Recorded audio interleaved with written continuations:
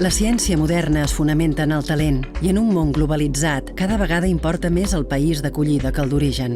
Per a que pugui ser competitiu, cal dotar l'investigador dels recursos adequats, humans i materials. Cal també un sistema obert i poc burocràtic que permeti l'atracció de nous talents als centres i departaments de recerca. És d'aquesta manera que es pot competir al món i ser protagonista dels descobriments més rellevants que, amb el temps, nodriran la indústria i arribaran a la societat.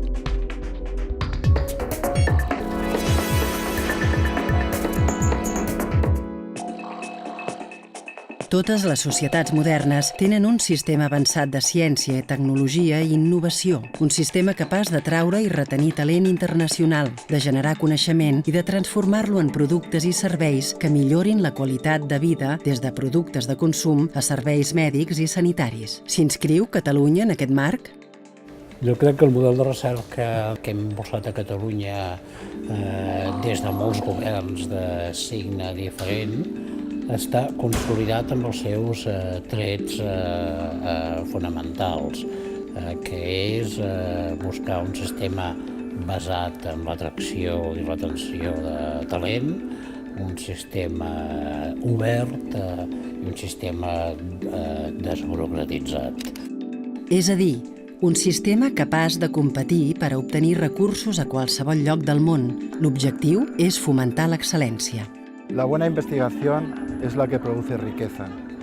Para crear esa riqueza hay que crear un ecosistema en el que las administraciones, las empresas y los centros de investigación colaboremos. Y colaboremos simplemente buscando una cosa, excelencia en nuestras ideas.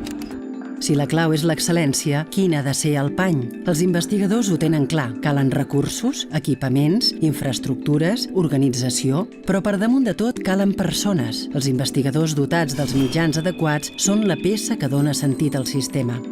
Perquè un país arribi a ser una potència en recerca, cal formar, atreure i retenir el talent. La base és tenir gent bona. Formar el talent vol dir identificar els joves millors, nois i noies, educar-los, donar-los oportunitat per estar en ciència des de molt joves. Per una economia, per un país basat en el coneixement, necessitem recerca de primera línia. Per tenir recerca de primera línia hem de fer una aposta fortíssima per al talent. Per tant, tenir les grans persones que siguin els millors investigadors és l'eina fonamental per assegurar-nos el nostre futur. Un dels factors claus en els anys que venen serà inventar i promocionar programes que ajudin al talent jove, tant si és talent local com talent internacional que puguem incorporar aquí. El model català avança seguint aquests criteris, però més enllà dels recursos, cal incorporar encara una peça essencial.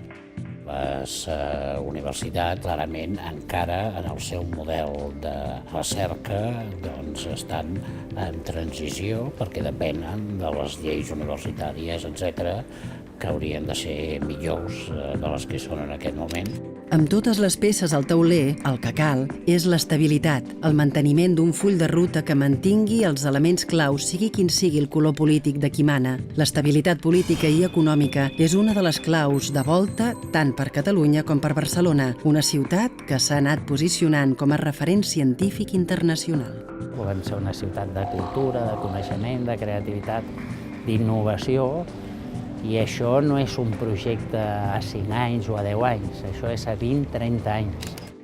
La suma de disciplines científiques diverses i centres de recerca interaccionant amb els hospitals és el que dona singularitat a Barcelona i la fa comparable i competitiva amb els entorns més avançats del món.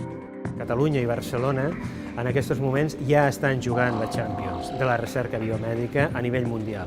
Probablement en aquests moments encara no estem per guanyar el títol. És evident que hi ha altres ciutats que tenen molts més anys i molta més tradició, però és cert també que estem en aquesta lliga, estem jugant aquesta lliga.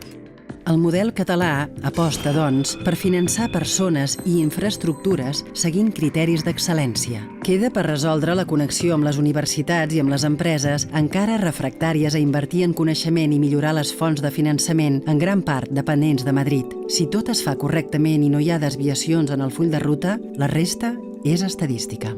Estem a la millor tradició dels països on el foment de la ciència de frontera, de la tecnologia de frontera, de la transferència, de les capacitats científiques i tecnològiques, ha estat una prioritat compartida de tot l'espectre polític.